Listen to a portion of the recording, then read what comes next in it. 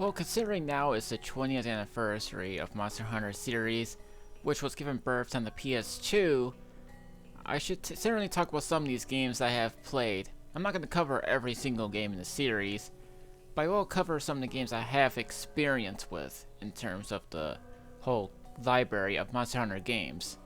There's plenty of Monster Hunter stuff to explore, like spin-off titles, which mostly just came out in Japan, but it's there.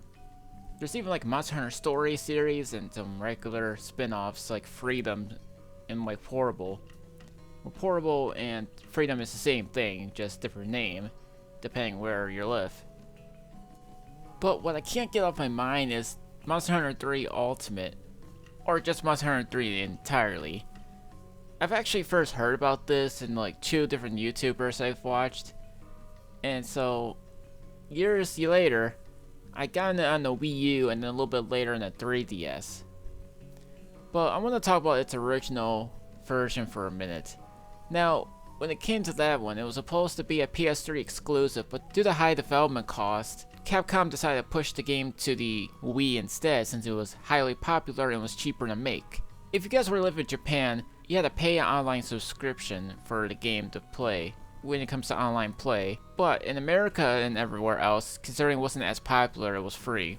What was weird about the original is that they removed certain weapons that didn't make it to the game, like dual blades for example, which kind of makes no sense to me.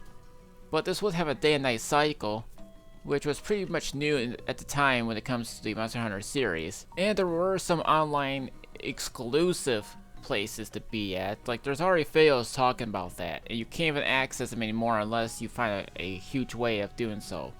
But in terms of the Wii version, the game was also bundled. This was depending. There were some bundles containing the classic Pro controller and or the Wii Speak. I'm pretty sure the Wii Speak was for voice communication, but the classic controller was like the definitive way to play it.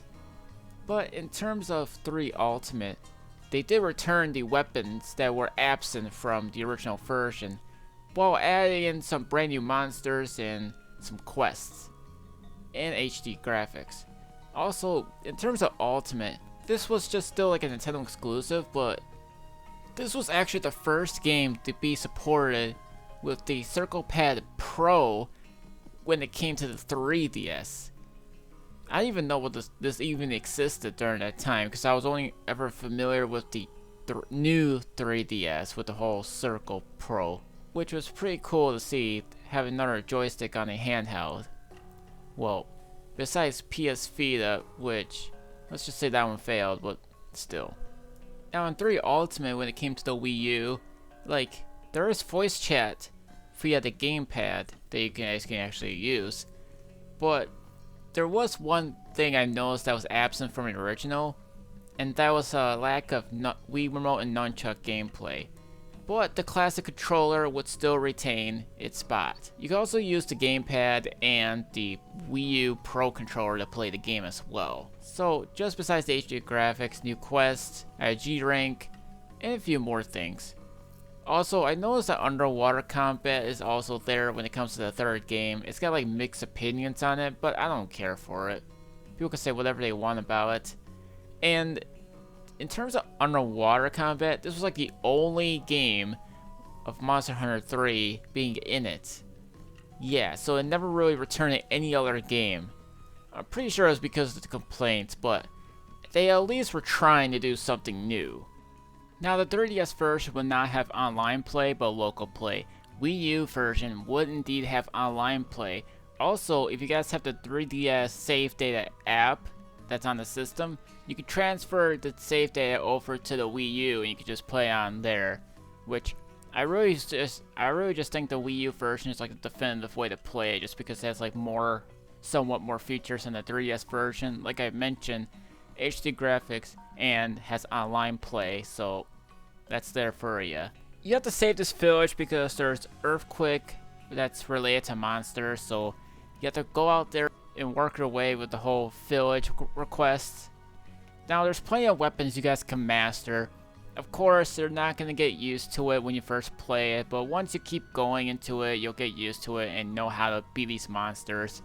Like there's giant dragons, and some other creatures you can fight. In terms of everything too, so you're gonna need to keep killing these monsters to gain like weapons and armor and more.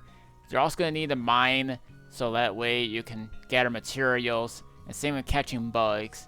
That way you can craft some stuff or fulfill some requests that village people need. But if you don't want to play the single player stuff, you can always play the online quests.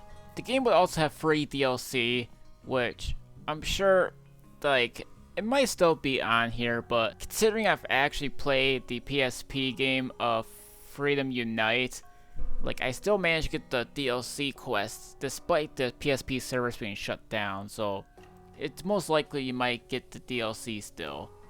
You don't even need like anything, you just need to connect online and just download it and you're all set.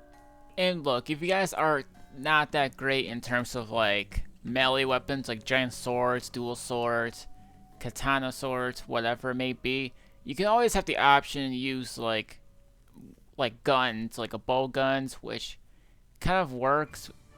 It actually works that way if you guys really want to like try to shoot at monsters, or maybe a bow and arrow.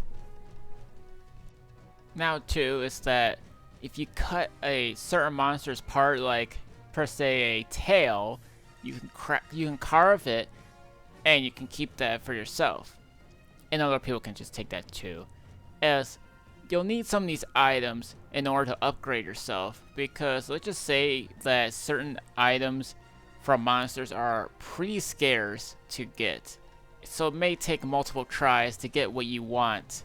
So I thought I'd give you guys a warning that it can be grindy when it comes to the Monster Hunter games when trying to grab some certain items for these monsters, of these armor and weapons. Yeah, I thought I'd let you guys know that. But again, that's the key part of the game. It's like this, right? In terms of monster fights, they feel like they're 20 minutes or whatever, but let me tell you, these are actually long fights. You have like 50 minutes to complete your mission, and if you fail, well, there you go. I think the only thing you'll have to try to do is try to upgrade your weapons in terms of like the best damage and whatever. You also need to go by the best sharpness too, because the better sharpness, the better damage it'll do, whatever.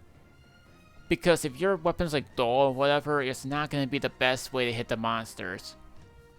You can also topple them down, so at certain parts of a hit, like there's no like health bar to detect whether if these monsters are going to get killed or not. But in terms of like their behavior, that's what you need to go by. If you see a limping or drooling, that tells you something. If you're going to capture a monster, you're going to need some sort of like shock pit trap or whatever, or just a pit trap entirely, along with some tranquilizer bombs. Or if you guys have a gun, you can use the tranquilizer bullets to put them to sleep. And that way you can complete your mission like that.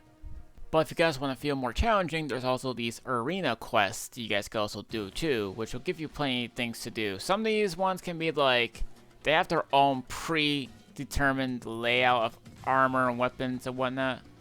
That depends on your own style. But it's there for you guys. So there's plenty to do. Oh yeah, there's another thing too. The original version actually had 2-player split screen for arena play, which is something cool for the Wii, but that was it. So what I can tell you when it comes to fighting, you need to test what pattern they're going to use, like what kind of like animation they're going to do. So if you know what you're doing or what they're doing, then you're going to have to predict what they're going to do. That way you can topple them down and then destroy the monsters that you're after. Or you can just capture them. That really depends on the quests too, like I was mentioning. There's also like gather quests and whatever, but gather quests are more like a multiplayer thing rather than a single player one. Because when I try gathering quests, they can be pretty hard to deal with. Because all these items that you try gathering can be like randomly generated, and you can't even tell if you're going to complete your quest on time or not. So all I can say is this. Think of like what their weakness would be when it comes to fighting these monsters, then go for it. Think of what weapon is best suited for you. And if you keep testing your weapons, which ones you think is going to be working best for you, then you'll be able to take down the monsters just in time.